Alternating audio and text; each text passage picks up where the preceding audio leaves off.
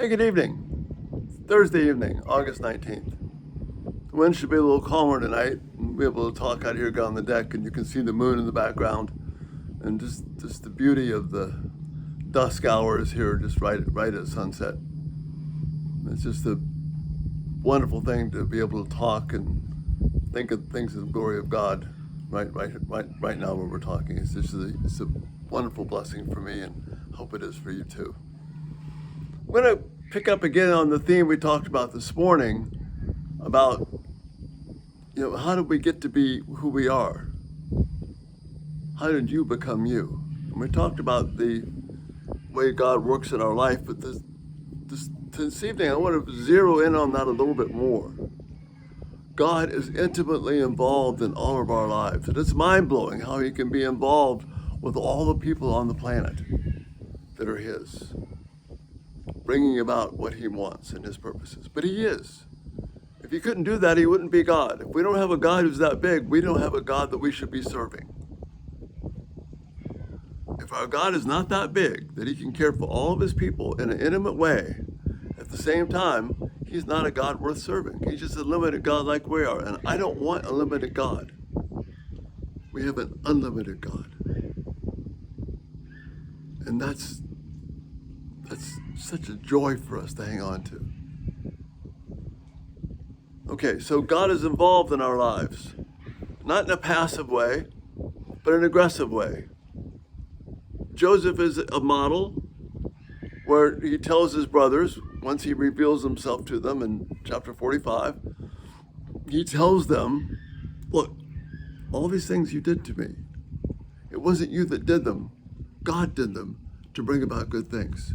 Now, he wasn't excusing his brothers. He wasn't saying his brothers actually didn't do the bad things that they did. They did all those things. They tried to kill him. They tried to sell him into slavery.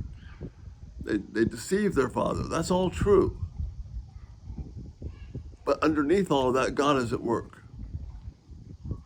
And as we begin to look at the various biblical characters we see in so many of their stories, that's why the value of the story is so huge. As we begin to see the value of the story all around us, straighten the camera a bit there, we see how God works in ways that we don't expect. Moses thought he was going to serve God one way, invested 40 years of his life doing that, and it turned out not to work. And then he spent another 40 years not doing, being apart from the things of God, and then God called him back. And the last 40, he does serve God. Daniel's life is not one of a continuous everything going well. Daniel suffered a lot of bumps along the way, but he kept serving God. And God had a purpose in all of it, even all the evil actions that were done to him, just as in the case with Joseph and Moses. There was this little girl, a servant girl, and she's carried off into slavery.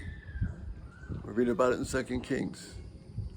And instead of being bitter about God, about being carried off into slavery, when she hears that her master is sick, she tells the wife of her master, if only he would go see the prophet in Israel, he'd be healed. She wasn't bitter or mad or upset. She knew that God was real.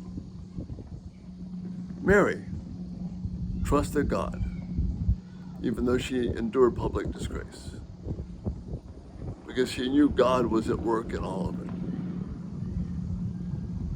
You see, that's the truth. Whoops, there goes our military at work. There's a chopper flying by. Let that pass. It's so grateful for our military, doing that.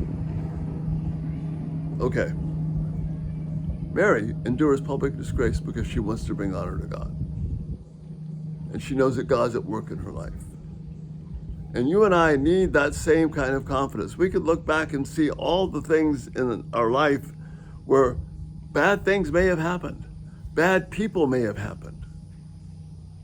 Bad circumstances may have happened. But the God that we serve is behind all of that.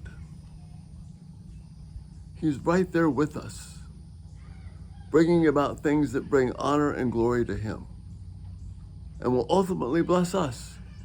Even though it doesn't seem like it possibly could, it does. That's the kind of God that you and I serve. He is intimately involved in our lives, even in the things that are painful and they hurt. Otherwise, life is just a bunch of bad breaks or a bunch of good breaks, neither of which is a reason to serve God. So these two videos today focuses back on the reality that God is intimately involved in our lives. And that's a source of great blessing and comfort to us when things seem like there's no way it's going to get any better. God is committed to himself, and he tells us in Paul's epistles, he will be no man's debtor. He won't let us go. He will be faithful to us. And that's the hope that we need to hang on to. And that's the thought for this night. Again, love your feedback. And I have a quick question for you. Some of you mentioned this. Let me know if you would like me to do something live where you all could participate. Give me a couple of times and dates, through the comment section. And if that's something that you'd like, we'll figure out a time to do the live. Just let me know a time that'll work for you.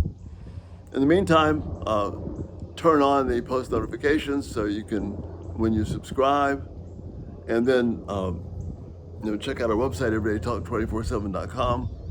And again, thanks so much for being here, and Lord bless you, and Lord willing, we'll see you in the morning. Have a great evening. Bye-bye.